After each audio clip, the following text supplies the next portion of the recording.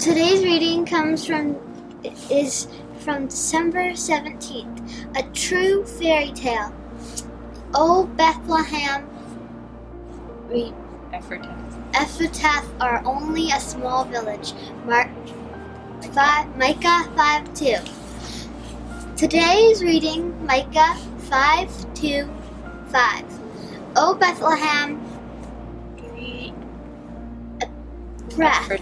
Ephrathah are only a small village along all the people of Judah. Yet a ruler in Israel will come for you, one whose origins are from the distant parts. The people of Israel will be abandoned to their enemies until the woman in labor give birth. Then at last his fellow countrymen will return from exile to their own land, and he will stand to lead his flock with the Lord's strength, in the majesty of the name of the Lord his God. Then his people will live there undisturbed, for he will be highly honored around the world, and he will be the source of peace. Have you ever gotten lost in the pages of fairy tales with their castles and kings?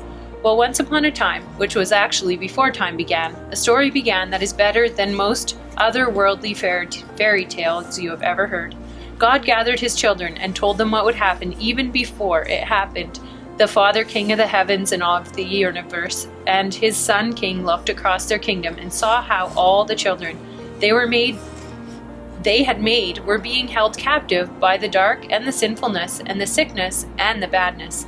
They knew their unconditional, unstoppable, unwrappable love had come to get their people, us. So they came up with the very best rescue plan.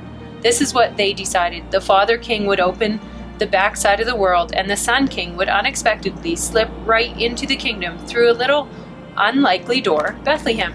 Remember Ruth, whose husband died? She followed Naomi back to nobody would be expecting little Bethlehem, whose name means house of bread. Many years later, Ruth's very own great-grandson, a puny little shepherd boy named David, spent many nights lying on the hills of Bethlehem, just staring up at the sea of blinking stars, his heart beating with God's heart. And then, long after King David, if you stacked 1 year up after another until you had a teetering tower of 1,000 long years, the Son King Jesus slipped into the kingdom. He was born as a baby, about as small as a little loaf of bread, right there in a barn in nobody would be expecting, little Bethlehem. The moment the Sun King inhaled earth air into his lungs, the blinding light of history slashed back the smoldering dark, and the Sun King brought joy from beyond the walls of the earth, and shepherds laying out on those same Bethlehem hills saw the sky bursting with a blinding star over little Bethlehem, because who would be expecting all that? The Sun King did not grow up in a palace or even have a pillow to lay his head on. The Sun King had no throne or horse. He was a carpenter with a hammer, and he wandered the countryside fixing broken down bodies and broken up hearts, and breaking little loaves of bread to feed huge crowds of hungry people, because who would be expecting that? And then the Sun King let the very children he'd made and loved slap him and whip him and nail his always loving hands to a cross.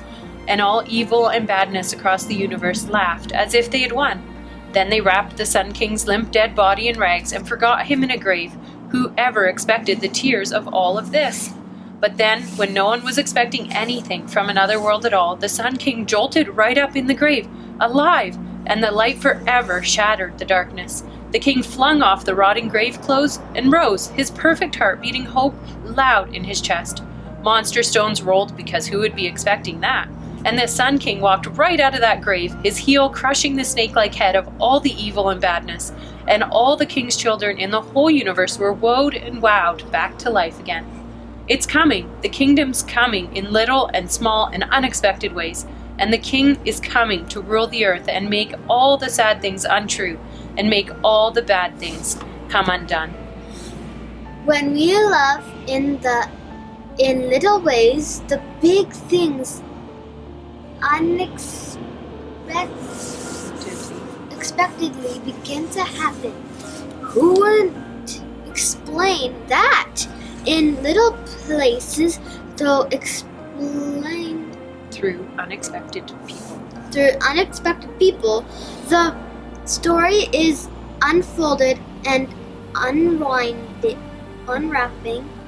all around you and in you. The light overtaking the dark, and it's like you can see the new kingdom bursting in right now. How all the lit up trees and all the trees in the of the fields will clap their hands. This story is happening. It is better than the greatest fairy tale ever told, because it's all true. Thank you. Thank you for listening.